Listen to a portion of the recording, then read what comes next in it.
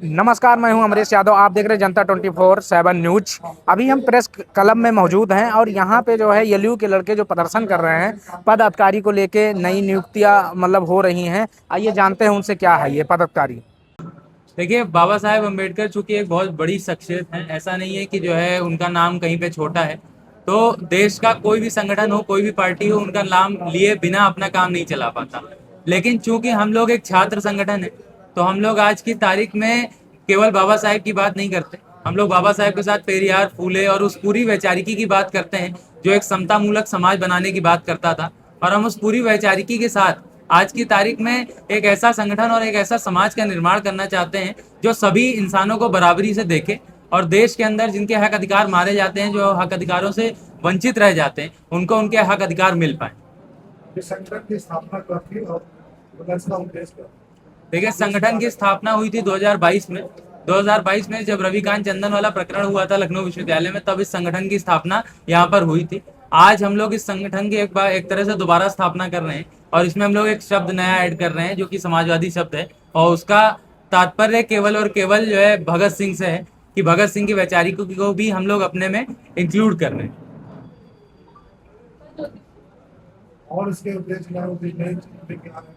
आपने ये बताया। उसके बाद शिक्षकों में और टीचरों में और स्टूडेंट क्या संबंध होना चाहिए, उसको कैसे?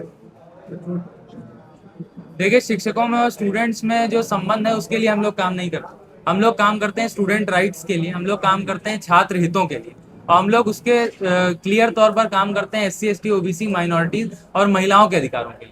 कई सारे मुद्दे होते हैं जो SC ST OBC और महिलाओं के होते हैं, उन मुद्दों को हम लोग मुखर रूप से उठाते हैं, चाहे वो विश्वविद्यालय में हो, चाहे वो बाहर हो, चाहे वो प्रदेश भर के मसले हों। उन सबके लिए हम डट कर लड़ाई लड़ते हैं और हम ये चाहते हैं कि सबको उनके अधिकार मिल पाए। इसके लिए हमारा संगठन खड़ा होता है।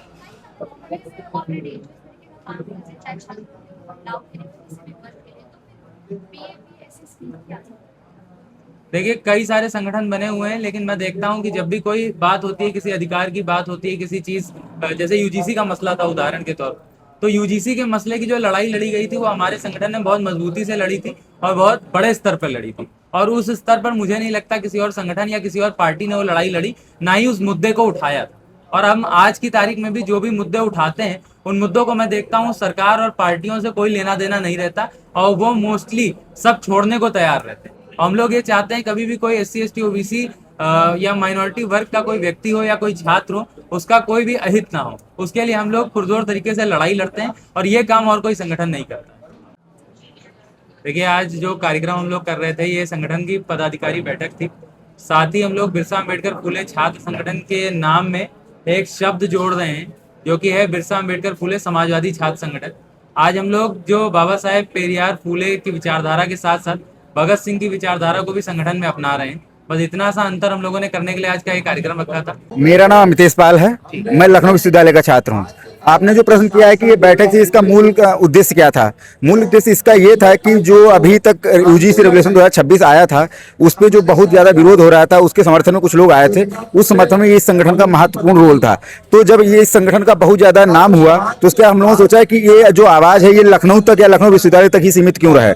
तो इस आवाज को व्यापक स्तर पर, पूरे प्रादेशिक स्तर पर उठाने के लिए एक कार्यकारिणी का निर्माण किया गया जो प्रदेश स्तर की होगी, जिससे जो सारी समस्या है प्रदेश स्तर की, जो OBC SC ST माइनॉरिटी या महिला किसी से भी जुड़ी रिलेटेड हैं, जो उत्पीड़न, दलित उत्पीड़न, भेदभाव से जुड़ी समस्या हैं, उनकी बात की जाएगी व्यापक बड़े स्तर पे। तो इसीलिए संगठन विस्तार किया गया। बस हमने सुना कि ये पद अधिकारी में जो है नए नियुक्त हुए हैं। जी, सारे पूरी तरीके से पूरे प्रदेश स्तर की, पहले तो कुछ ही पदाधिकारी थे, अध्यक्ष, उपाध्यक्ष, महासचिव, बाकी तो सब सदस्य थे, मेंबर्स थे, बाकी मेंबर।